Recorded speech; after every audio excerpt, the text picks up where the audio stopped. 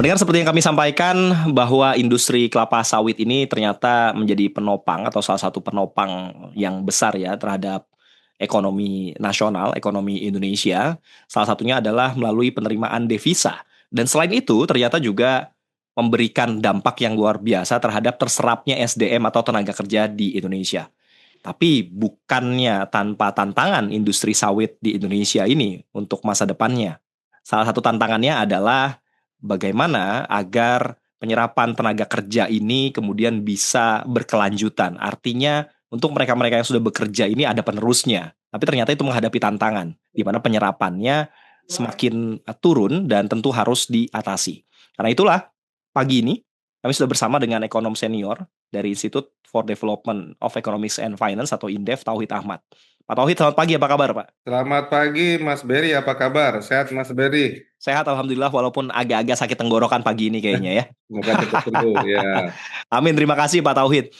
Pak, ini menarik. Tadi yang saya sampaikan sebagai pengantar di awal, mungkin sudah banyak sebagian masyarakat yang mengetahui bahwa industri sawit ini luar biasa ya di Indonesia. Bahkan kita sebagai negara yang merupakan pengekspor sawit terbesar di dunia, produksinya juga demikian begitu. Tapi saya ingin tahu seberapa besar sebetulnya industri sawit kita ini kemudian memberikan dampak ya, seberapa strategis peran industri sawit kita ini dampaknya terhadap ekonomi nasional, Pak, ekonomi Indonesia, Pak Tauhid. Ya, saya kira kalau kita merujuk ya data BPS 2024 dan 2025 ya, kontribusi sawit ya termasuk CPO di dalamnya itu cukup besar. Begitu total ada sekitar 6,47% dari perekonomian kita gitu ya. Kalau kita lihat di 2025 ekonomi kita kan kurang lebih hampir 24 sampai 25 ribu triliun Ya. dan kontribusinya 6,47% berarti kan cukup besar.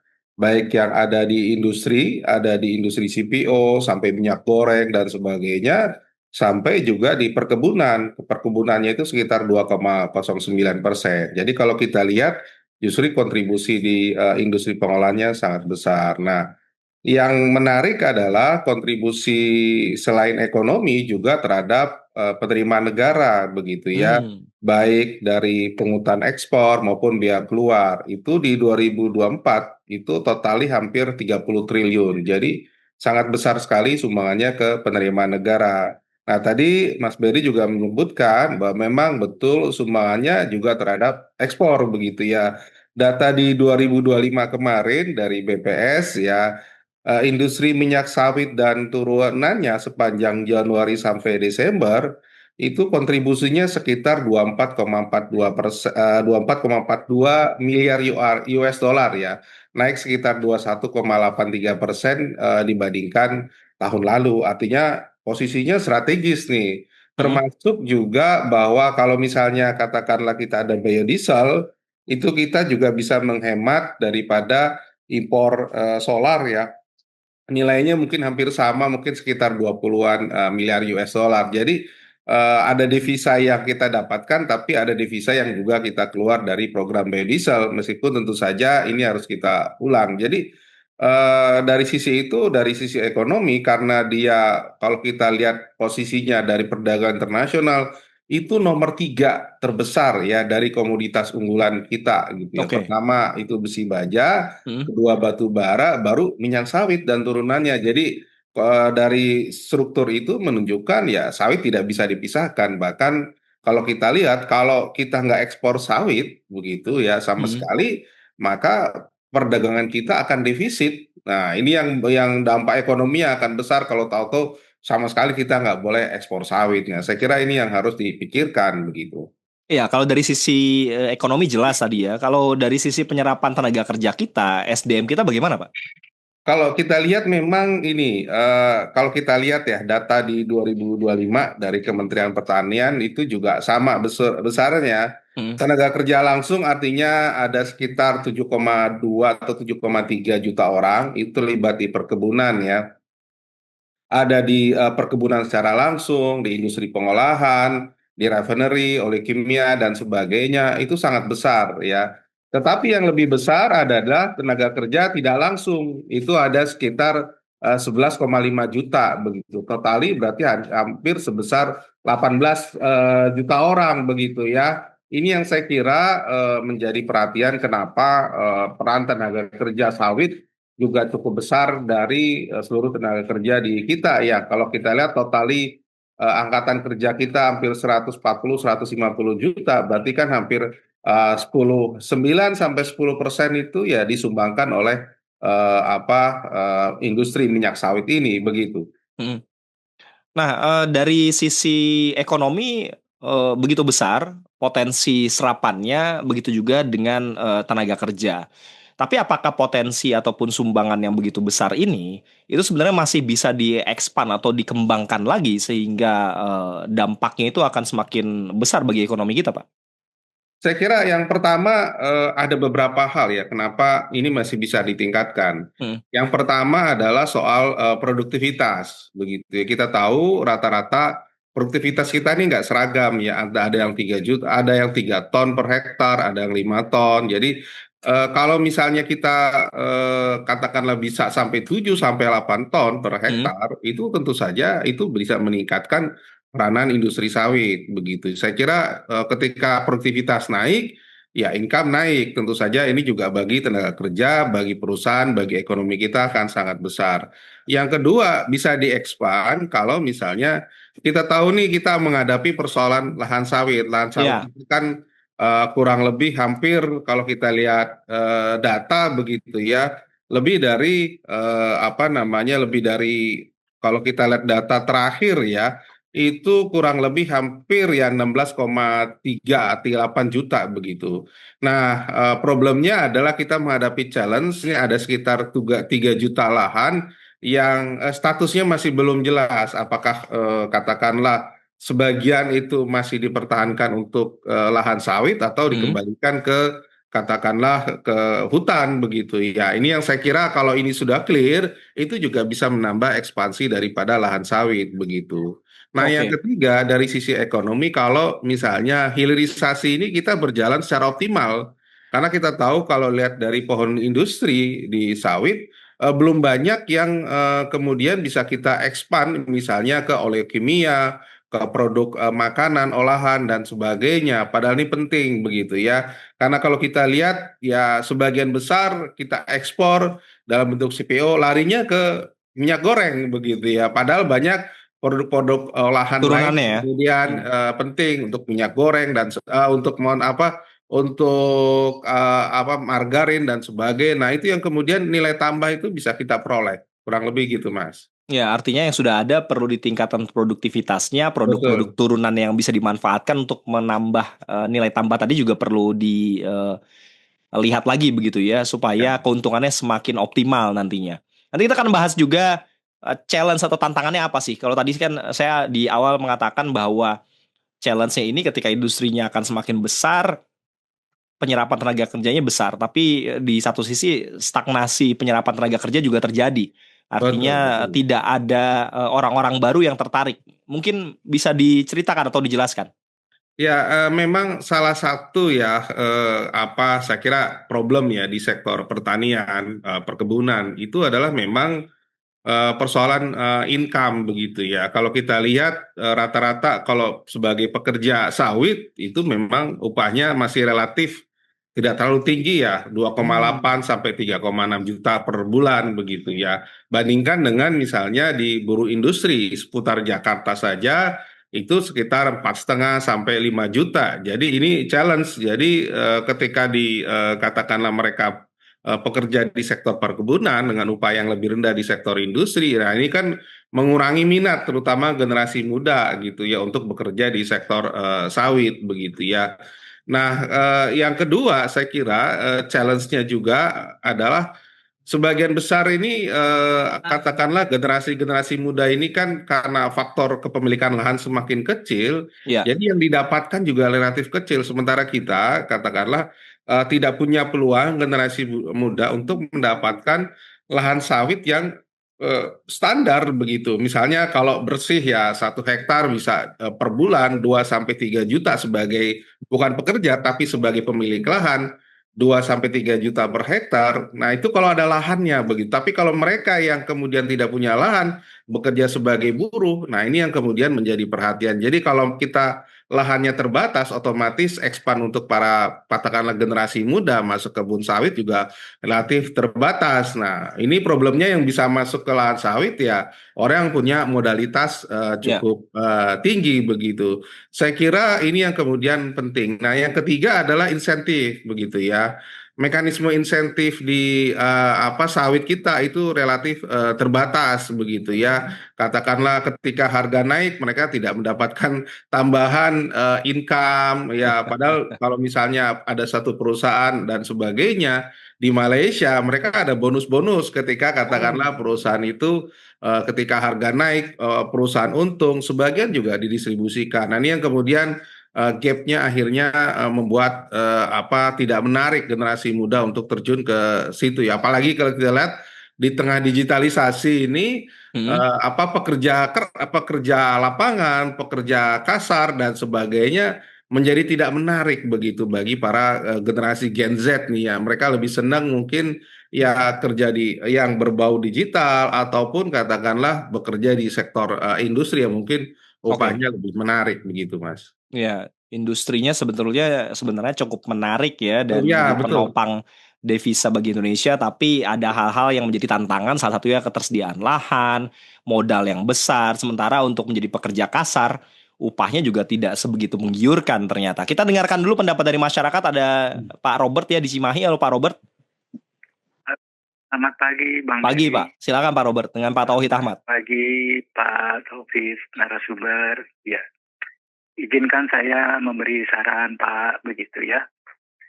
Jadi memang kelapa sawit ini secara hitung-hitungan ekonomi mendatangkan devisa cukup besar, tetapi hitung-hitungan ekonominya kan kalau menurut saya belum pas. Karena apa? Itu kan dampak positifnya menghasilkan, menyerap tenaga kerja banyak, tetapi dampak negatifnya nggak dipikir, ya kan? Nah, kemudian kenapa tantangan ke depannya gimana? Generasi Gen Z nggak tertarik, bukan nggak tertarik, mereka sudah pinter, mereka nggak mau ikut-ikut, ya nggak mau ikut-ikut urusan kelapa sawit karena itu contoh peristiwa di Aceh, Sumbar sama Sumatera Utara aja belum selesai. Itu kerugiannya itu kan nggak bisa ditanggung oleh kelapa sawit. Jadi tidak balance ya. Dalam hitung-hitungan investasi ekonomi itu produksi bagaimana, kemudian juga harus dilihat dampak negatifnya gimana. Balance nggak? Kalau lebih besar ngapain kita kerjakan? Masih banyak untuk menghasilkan minyak, kita nggak usah ikut-ikut negara lain. Kita dari dulu saya penghasil kopra yang terbesar. Kenapa nggak berani ke arah sana? Kita harus berani jadi bangsa yang besar. Negara kita luas. Begitu saja Pak. Oke. Saya hanya istilahnya sumbangsi aja lah. Mungkin mengingatkan boleh atau apa gitu. Ya, terima kasih. Terima kasih Pak Robert. Silakan Pak Tauhid bisa ditanggapi langsung. Ya, saya sepakat dengan Pak Robert ya. Tentu saja ada dampak negatif. Sebagian mengatakan ya ada dampak-dampak lingkungan begitu ya. Terutama memang Pak Robert ya berkaitan dengan lahan begitu. Banyak mungkin ya sebagian lahan sawit ini yang berada di hutan limbung. Di hutan lindung. Nah, ini saya kira sepakat untuk kemudian dikelola ataupun dibereskan dan saya kira pemerintah saat ini melalui Satgas PKH sudah mulai mengidentifikasi dan membereskan begitu. Tapi yang penting adalah bagaimana yang sudah katakanlah memenuhi syarat lingkungan ya itu kemudian bisa dikelola dengan baik begitu ya. Nah, memang dalam 10 tahun bahkan 15 tahun terakhir ini sudah ada standar begitu pengelolaan lingkungan kita sebut sebagai ISPO ya, Internal Standard for Palm Oil begitu ya. Jadi salah satunya memasukkan bagaimana proses dari lahan awal ya ada proses bagaimana airnya, bagaimana proses produksinya yang ramah lingkungan, termasuk mungkin juga jalur untuk kemudian proses masuk ke industrinya begitu. Bisa di tracer ataupun dilihat apakah kemudian memberikan efek lingkungan atau tidak. Bahkan kalau kita lihat ya pasar Uni Eropa ya dan juga kemungkinan diikuti oleh Amerika mensyaratkan adanya syarat sertifikasi untuk ISPO tersebut ya. Hmm. Memang tidak bisa semua memenuhi ya, karena ini memerlukan biaya yang sangat mahal begitu ya. Sebagian saya kira memang kalau kita lihat ya Gen Z sebagian yang peduli terhadap isu-isu lingkungan dan sebagainya itu tidak bisa disalahkan terutama di lingkungan perkotaan ya. Tapi kita lihat juga bahwa di daerah-daerah ya sawit itu merupakan apa namanya produk yang dari sisi apa income-nya masih lebih baik dibandingkan oleh komoditas lain, dibandingkan karet, termasuk kelapa dan sebagainya. Karena banyak yang sebelumnya itu lahannya lahan karet, kelapa dan sebagainya, termasuk kopra. Karena tadi harganya itu di pasar internasional cenderung membaik ya. Sekitar sekarang mungkin 1.200, 1.300 US dollar per ton, apalagi tengah situasi konflik begini harga makin naik. Sementara yang lain ya itu cenderung tidak bergerak begitu, bahkan relatif stagnan. Misalnya katakanlah apa karet dan sebagainya gitu. Ini yang saya kira apa ini yang kemudian harusnya bisa berimbas ya ketika harga naik juga larinya ke kesejahteraan petani begitu ya. Ini yang saya kira menjadi challenge ya. Nah, Gen Z juga tidak bisa disalahkan kalau mereka tidak mau ke perkebunan karena tadi ya mungkin karena upah di sektor lain lebih besar dan sebagainya, plus soal kepemilikan aset ke depan dan sebagainya. Saya kira itu yang kemudian harusnya menjadi daya tarik Gen Z begitu ya. Nah, dan kalau misalnya katakanlah ada dampak lingkungan dimasukkan ke investasi di beberapa perusahaan menengah besar sebenarnya sudah memasukkan itu Pak. Jadi sudah memasukkan biaya lingkungan ya dan tetapi memang perlu ada pengawasan dari katakanlah pemerintah baik provinsi maupun pusat mana yang kemudian tidak memenuhi standar tersebut dan itu yang kemudian merusak lingkungan ya termasuk kasus di Aceh dan Sumbar ya perlu direview ulang apakah memang katakanlah penyebabnya sawit atau tambang atau yang Ya. lain yang kemudian itu menyebabkan kerusakan begitu. Nah, ini yang kemudian perlu kita lihat kembali ya. Kalau memang itu katakanlah menyebabkan katakanlah kerusakan lingkungan di bawah karena faktor adanya perubahan katakanlah perubahan vegetasi, perubahan lingkungan di sekitar ya kalau misalnya itu di hold katakanlah ditutup saya kira mereka juga akan berpikir ulang kalau itu akan kemudian dikembalikan lagi fungsinya ke kawasan lindung begitu Pak. Karena memang harus dijaga. Tapi kita lihat ke depan bahwa demand sawit dan kita masih punya luas lahan yang apa belum dikelola ya. Kalau data Kementan ada masih 600.000 hektar ya lahan terlantar yang belum dikelola begitu ya masih oleh baik petani oleh pengusaha dan sebagainya ini potensi yang luar biasa tetapi tentu saja saya sepakat dengan Pak Robert syarat-syarat lingkungannya harus dipenuhi dengan baik itu Mas Oke. Budi. Nah, kita kembali ke persoalan ataupun tantangan tadi ya, misalnya dari sisi upah, pengupahan. Kalau kita naikkan upah tenaga kerja kita di bidang sawit ini, apakah serta-merta juga akan meningkatkan daya saing atau justru meruntuhkan daya saing kita di tingkat global dengan pesaing-pesaing yang bermain di sawit juga, misalnya Malaysia begitu? Gimana? Ya, kalau kita lihat apa namanya, memang kalau kita lihat di Malaysia lebih tinggi ya tingkat upahnya. Kalau kita kan sudah ada upah minimum ya. Tadi saya sebut rata-rata 2,8 sampai 3,6 juta lah. Ini sama dengan nasional kurang lebih 3,3 juta ya. Di Malaysia itu bisa sampai karena upah minimumnya lebih tinggi sekitar 6 juta, maka mereka lebih sejahtera ya. Tetapi tentu kita lihat ada perbedaan ya apa namanya apa yang terjadi di kita dengan Malaysia kaitannya dengan daya beli tadi begitu ya. Sedikit banyak kita lebih murah dibandingkan Malaysia begitu. Nah, kalau kita lihat kalau kita ingin naikkan upah ya sebenarnya memang apa namanya kalau katakanlah kenaikannya itu ngikutin regulasi pemerintah, misalnya Hmm. katakanlah biasanya menggunakan rumus formula ya pertumbuhan inflasi ditambah alfa kali pertumbuhan ekonomi, which is rata-rata bisa 4 sampai 6% per tahun. Menurut saya sepanjang katakanlah dalam range itu kita masih memiliki daya saing yang luar biasa besar ya. Nah, saya kira itu kan upah pokoknya begitu ya.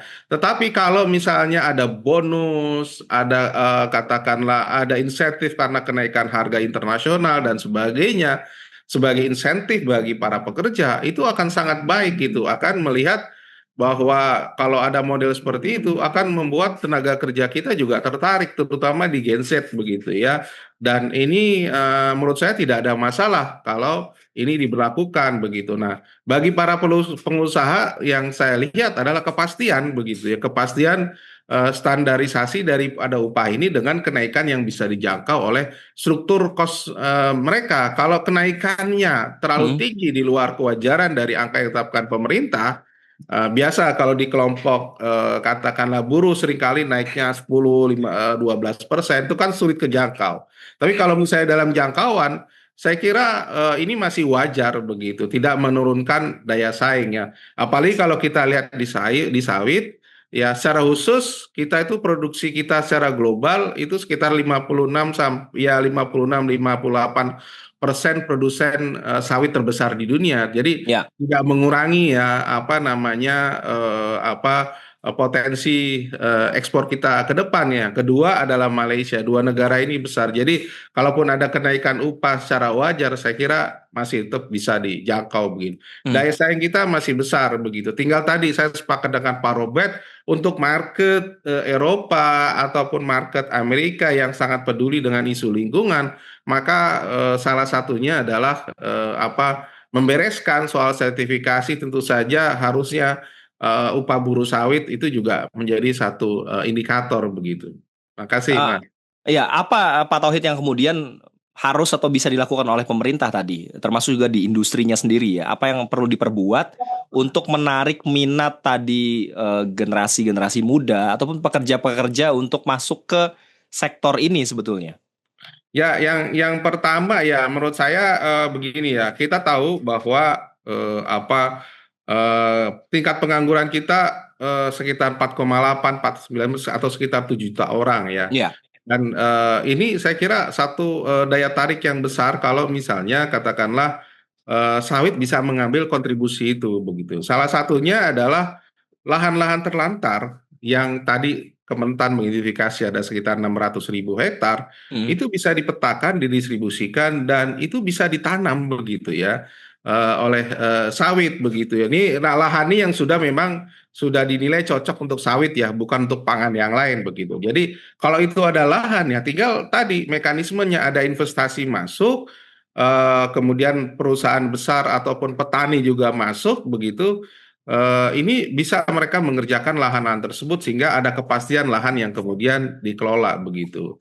Yang kedua adalah legalitas lahan begitu ya. Saya kira penting gitu ya, lahan-lahan yang kemudian belum jelas statusnya itu dipastikan bisa dikerjakan sehingga tadi para pekerja bisa nambah, para katakanlah industri juga bisa memastikan pasokan untuk ekspor mereka dan Ya. sebagainya. Ini penting. Yang ketiga adalah produktivitas nasional begitunya. Kita tahu kita ada replanting begitu ya. Dan sebagian mungkin besar ya mungkin 20-30% sudah masuki sawit-sawit yang udah umur tua begitu ya. Nah, ini kan harus replanting. Nah, masalahnya kan replanting ini masih terbatas ya di 2000, kalau kita lihat data begitu di 2025 mungkin baru sekitar 19-20%. Nah, ini ditambah gitu karena kalau ini ada katakanlah replanting yang besar itu dengan bibit sawit yang unggul dan baik, ini sedikit banyak bisa mengatasi masalah produktivitas. Nah, tentu saja dukungan katakanlah pupuk yang terjangkau, kemudian dukungan saprotan yang baik itu juga menjadi penting. Termasuk adalah banyak lahan-lahan sawit kita yang jauh masuk ke pelosok begitu ya. Nah, biaya logistiknya ini besar gitu, transportasinya besar. Nah, ini yang kemudian dukungan pemerintah memperbaiki infrastruktur di wilayah-wilayah tersebut ya, Hmm. itu penting gitu. Karena kalau biaya logistiknya mahal, ya otomatis cost mahal dan itu mengalahkan cost dari tenaga kerja, akhirnya kita nggak punya daya saing. Saya kira itu yang kemudian perlu dilakukan. Terakhir, tentu saja saya sepakat nih tadi concern Pak Robert ya, isu sustainability dari sisi lingkungan begitu ya.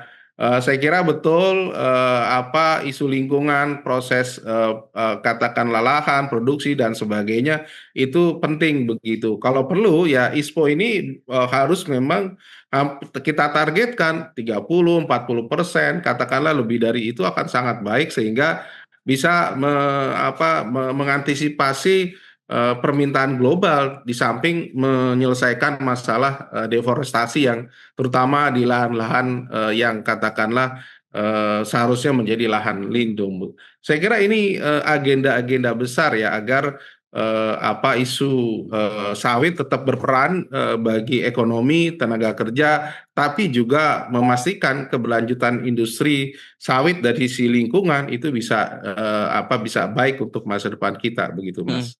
Sebagai penutup Pak, ada hal lain yang perlu disampaikan mungkin, silakan Pak Tauhid. Ya, saya kira begini, ini kan situasi geopolitik dan ekonomi global kita nih uncertainty-nya tinggi sekali begitu Iya. ya.